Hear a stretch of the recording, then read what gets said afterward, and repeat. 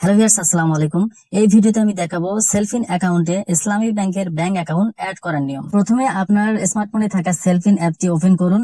এরপর লগইন অপশনে গিয়ে সেলফিনে যে 6 ডিজিটের গোপন পিন নাম্বার রয়েছে সেই পিন নাম্বারটি সঠিকভাবে ফিল আপ করুন। এরপর নিচে লগইন অপশন দেখতে পাচ্ছেন, এই অপশনে ক্লিক করুন।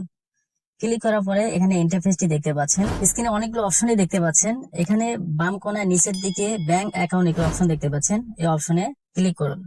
ব্যাংক অ্যাকাউন্ট অপশনে ক্লিক করার পর এখানে দেখতে পাচ্ছেন আমার পূর্বে একটি অ্যাকাউন্ট অ্যাড করা ছিল। এই অ্যাকাউন্টের এখন আমি ব্যালেন্স আপনাদের দেখাচ্ছি। এখানে দেখতে পাচ্ছেন 3024 টাকা রয়েছে।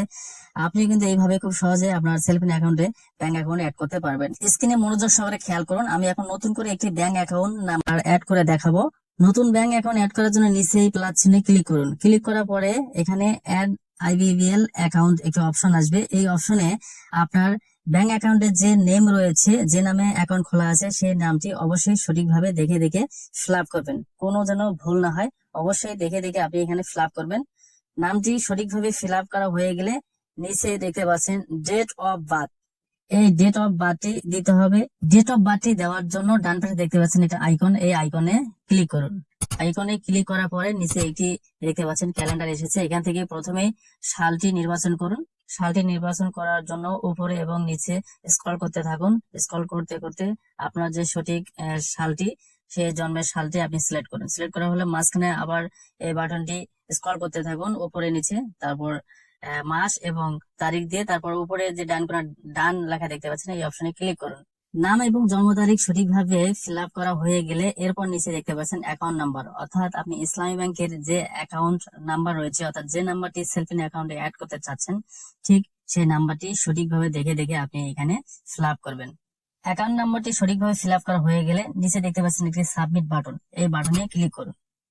ক্লিক করার পরে আপনি এই ধরনের একটি ইন্টারফেস দেখতে পাবেন, অর্থাৎ ভেরিফিকেশন একটি কোড আপনার ফোনে যাবে, মোবাইল ফোনে। সেই কোডটি আপনি এখানে সঠিকভাবে ফিল আপ করবেন।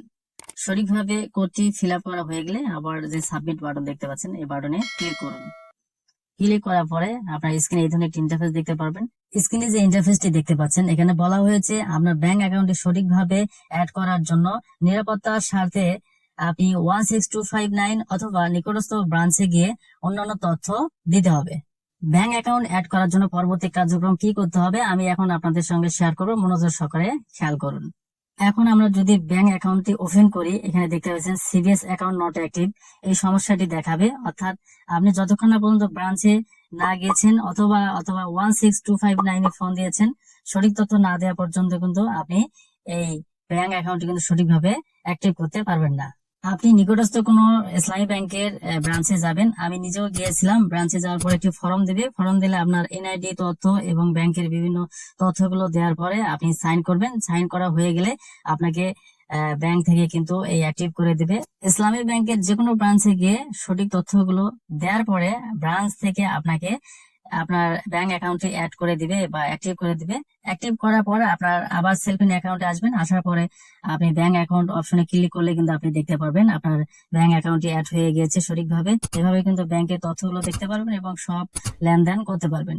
আশা করি আপনি বুঝতে পেরেছেন ভিডিওটি দেখে যে কিভাবে ইসলামী ব্যাংকের ব্যাংক অ্যাকাউন্ট সেলফিন অ্যাকাউন্টে অ্যাড করতে হয়। ভিডিওটি যদি ভালো লাগে অবশ্যই একটা লাইক দিবেন, শেয়ার করতে ভুলবেন না।